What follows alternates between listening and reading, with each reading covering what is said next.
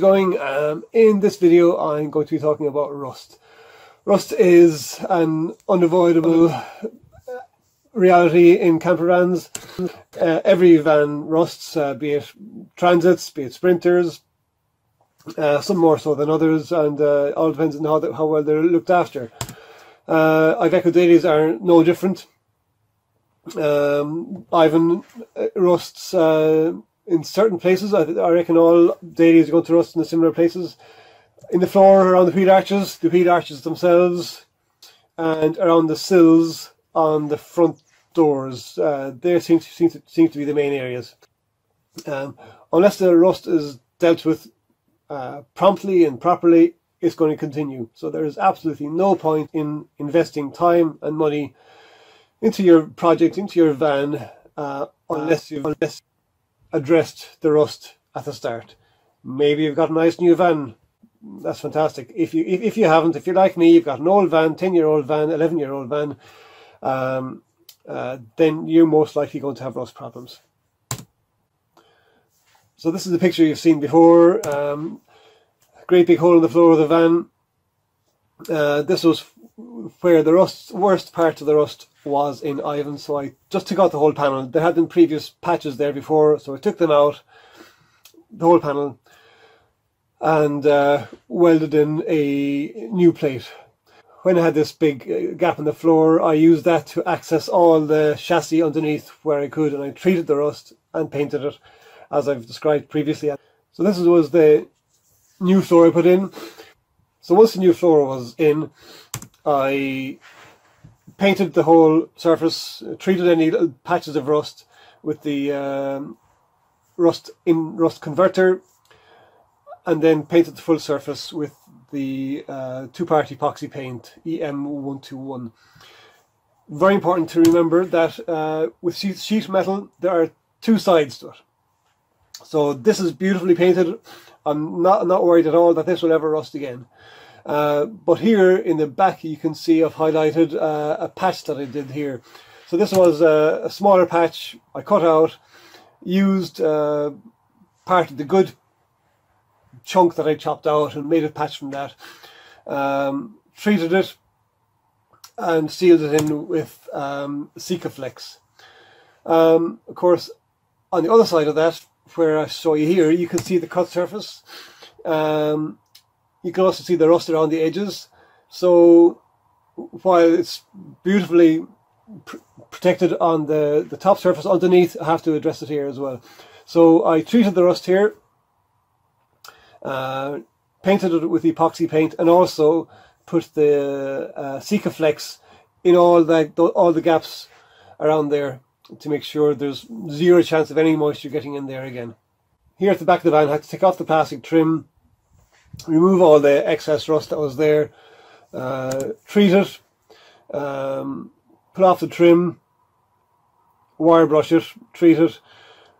Once I had treated all the rust with the rust converter and then painted it with the epoxy paint, I made patches because there was holes there that had to be patched over.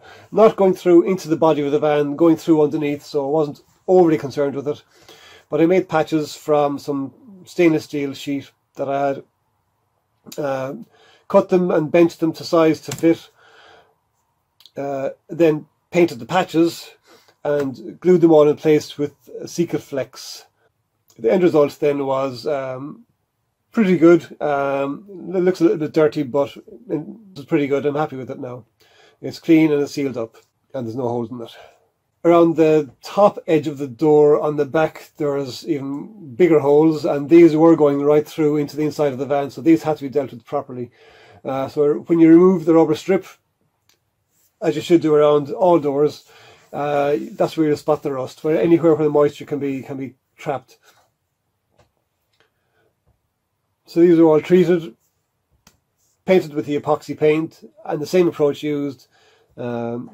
Patches were made from stainless steel sheet, glued into place, and the end result is very watertight and looks pretty good as well, I think. It's hard to tell that there's even a patch underneath. There's lots of Sikaflex holding the patch in place, but it's pretty good result. This is a perfect example of one of those 5-minute jobs that turn into something like 2 hours. I was stuffing insulation in here. This is over the back door, and I'd always noticed there had been a little bit of damp in there, not a lot, just a little bit of damp. I thought it would dry out, but it never has. And as I was doing this, I remembered on the outside there are these lights, 4 of these lights, and when I just pulled the 4 of them off, you know, there's dampness around them. They were awkward to get off for starters.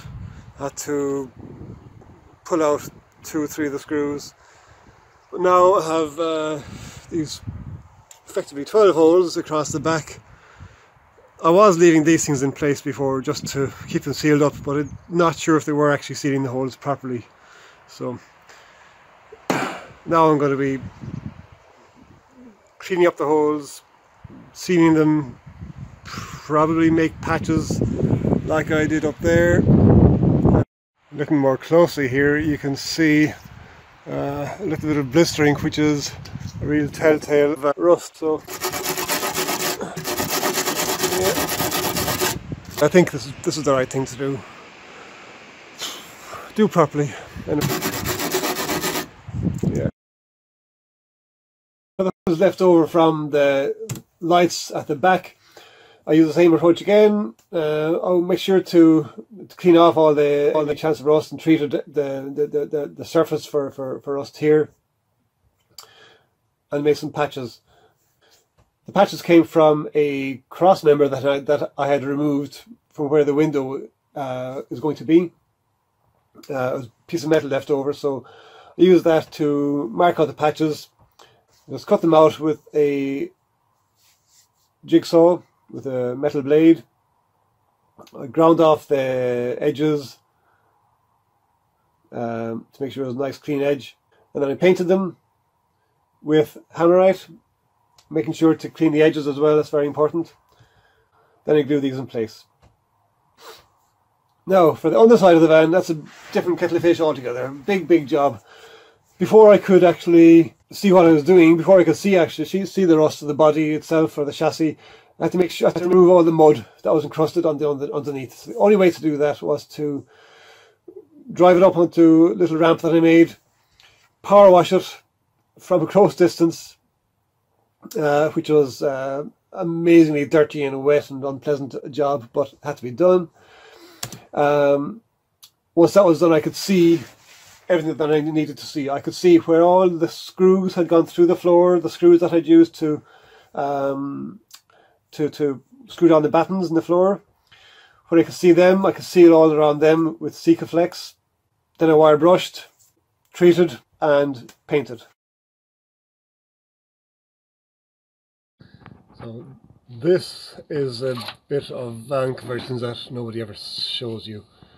I'm lying here under Ivan's belly, scraping off rust and peeling off this original rubberized sealants that was underneath. Yeah, they never show you this in these nice American videos where it's always dry and sunny and warm, and they buy 30-year-old vans and there's never a problem with the rust. But here I am.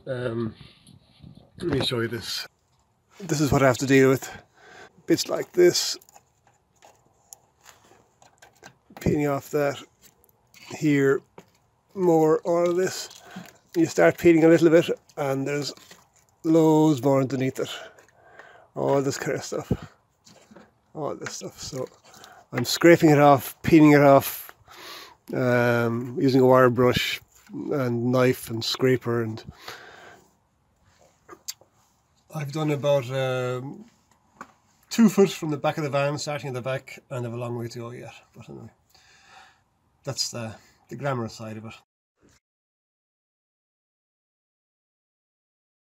So last night I was here till well, about 11 o'clock, finished up around midnight. I did some more inside, working on the battens for the ceiling. This morning I came out about 7 o'clock to start painting, and you can't see much there now, but it's because it's black. Basically, I've painted the back third of it, and I ran out of time this morning because I had to wipe off all the excess rust converter FE123. So now I'm out here again. It took a bit of motivation to get out tonight. It's probably 10 o'clock already now, and when I came out about half an hour ago. Sometimes it's hard to keep motivated, especially when it's cold and wet. I've got so many clothes on I can hardly move. But it's steady progress, and it is a good job I'm doing. It is a good job. It'll give Ivan a good few years more life, which is great. Anyway, so yeah, painting it now. I'll do another hour or so. I should be finished by then. So that's an overview of how I've dealt with the rust in I-Van so far. I still have more to do. I still have the front end from the rear wheel arch and forwards, under the bonnet, and some small patches around the body on the outside.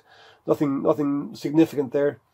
I will do a separate, shorter video update on the FE123 and the two-part epoxy paint. I'll show you how that's mixed up, because I think it's important to get it right. That'll be a very short update that I'll do soon. Okay, please feel free to leave any feedback, comments or criticisms or suggestions for me. I'll be more than welcome to receive feedback, and I will do my best to respond to any comments you leave. Thanks a lot. Bye.